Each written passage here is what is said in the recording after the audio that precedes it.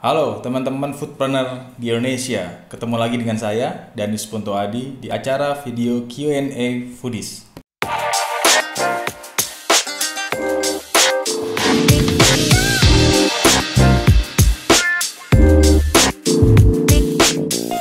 Dan berikutnya, apa perbedaan dalam mengelola bisnis restoran dengan satu cabang dan banyak cabang? Tentu sangat berbeda ya.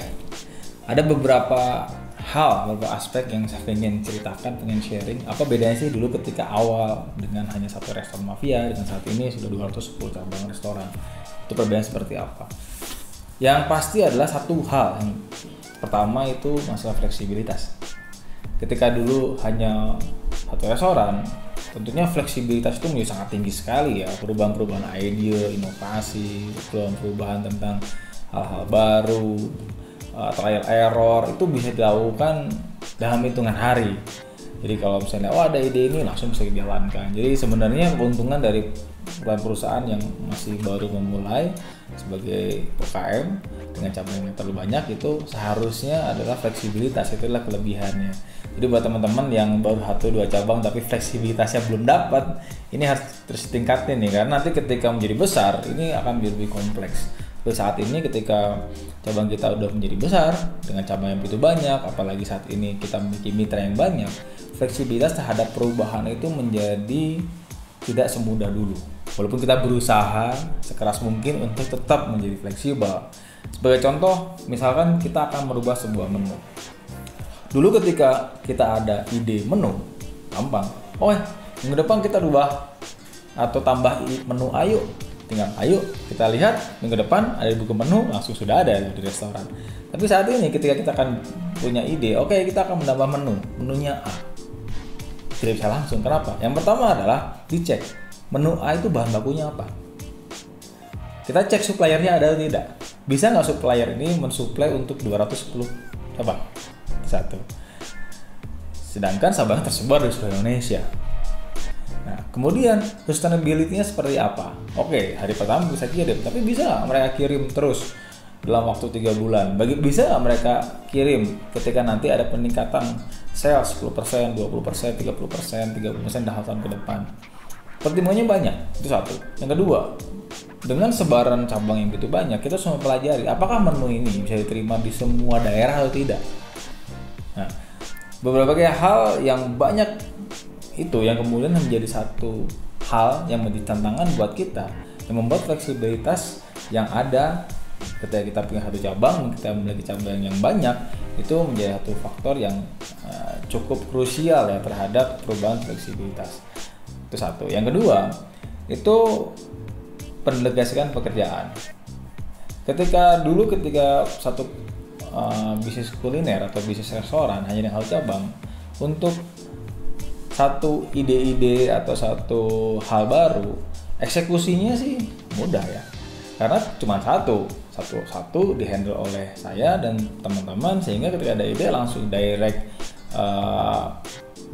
informasi ke lapangan menjalankan, kita melakukan controlling langsung kepada eksekusinya, kita juga terlibat dalam eksekusi. Satu persatu tahapan proses kita pelajari, jika ada gagal langsung diimplementasikan di lapangan, dan semua bergerak dengan saya langsung direct. Tapi ketika perusahaan jadi semakin besar, tidak bisa serta-merta menjadi seperti itu.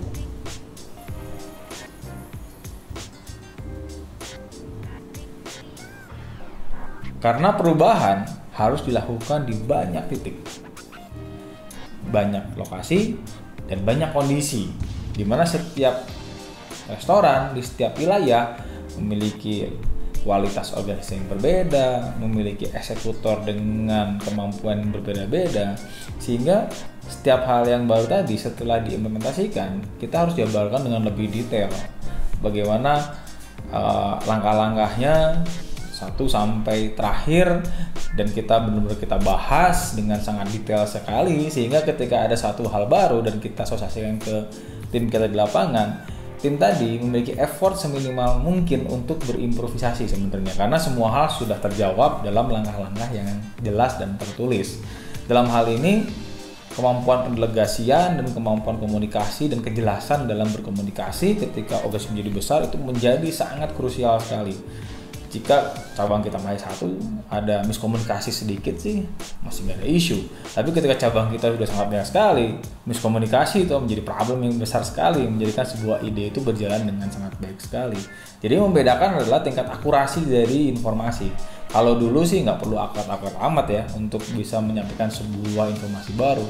Tapi ketika cabang kita menjadi banyak, informasi harus detail dan sangat akurat sekali. Dan bahkan ketika informasi itu sudah terselesaikan di tahap 1, tahap berikutnya harus ada namanya fase pengecekan di lapangan. Apakah betul informasinya sudah sampai dengan benar atau belum? Jadi tahapannya pun menjadi panjang.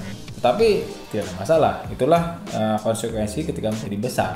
Bukan berarti tidak bisa disolusikan, tetap menjadi bisa. Tapi saya bicara di sini masalah fleksibilitas dan masalah direct atau tidak directnya dalam memastikan semua hal baru itu teraplikasikan di lapangan sampai benar-benar berjalan. Yang berikutnya, tipe organisasi. Biasanya cenderung perusahaan-perusahaan restoran yang mungkin cabangnya masih belum terlalu banyak, itu sentralistiknya sangat tinggi sekali. Biasanya pimpinan mempunyai kekuatan besar sekali untuk bisa memerintahkan atau menginginkan satu keadaan itu terjadi. Misalnya ingin A, B, B dan sebagainya, karena semua bisa terpantau secara langsung. Tapi ketika kita melakukan metode seperti itu dengan jumlah cabang yang banyak sekali, itu akan banyak terjadi inefisiensi proses ya, karena banyak hal yang tidak bisa dilihat secara langsung dan informasi pun menjadi tidak akurat. Nah, oleh karena itu tipe organisasi itu sebaiknya dirubah menjadi lebih ke desentralisasi, sehingga decision bisa diputuskan di area-area yang cukup luas oleh setiap orang-orang yang memang kompeten dan memang in charge di setiap area masing-masing. Yang kita lakukan sebagai pimpinan bukan lagi melakukan top down, tapi dari down ke atas seperti apa idenya, kita melihat secara konsep secara umum, dan kemudian pada akhirnya kita hanya memberikan satu istilahnya kita memberikan satu pendegasian dan empowerment terhadap tim kita, sehingga tim kita bisa mengembangkan bisnis ini dengan secara independen di setiap areanya masing-masing. Dan yang terakhir itu adalah masalah peran dari setiap individu. Ketika cabang kita masih sedikit atau cuma satu, biasanya setiap individu itu berperan multitasking. Satu orang mengerjakan semuanya. Dan memang harus seperti itu. Kenapa? Karena pertama, kita butuh efisien, karena memang bisnisnya belum terlalu besar.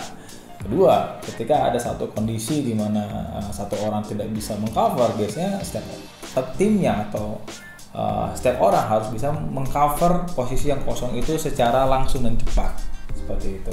Tapi ketika perusahaan menjadi cukup besar, metode seperti itu sometimes membuat agak chaos ya kan. Jadi ada intervensi antar bagian dan sebagainya. Akan lebih baik ketika organisasi menjadi besar, ketika cabang menjadi banyak, ada peran-peran yang jelas. Struktur harus lebih clear, struktur harus lebih rigid, dengan job desk yang jelas, dan setiap orang yang mengisi setiap posisi harus memiliki runutan kerja yang lebih tajam, lebih spesifik, dan benar-benar detail. Jadi ketika seperti itu, organisasi akan bergerak dengan bareng-bareng, dan sinergi itu yang dibutuhkan. Kalau dulu ketika cabangnya sedikit butuh yang namanya multitasking, ketika cabang jadi besar dan ruang lingkup jadi luas, yang kita butuhkan adalah sinergi. Oke, tadi saya sudah jelaskan beberapa hal dari pertanyaan-pertanyaan dari teman-teman semua. Sampai ketemu di video Q&A Foodies berikutnya. Tetap semangat, Kuliner Indonesia.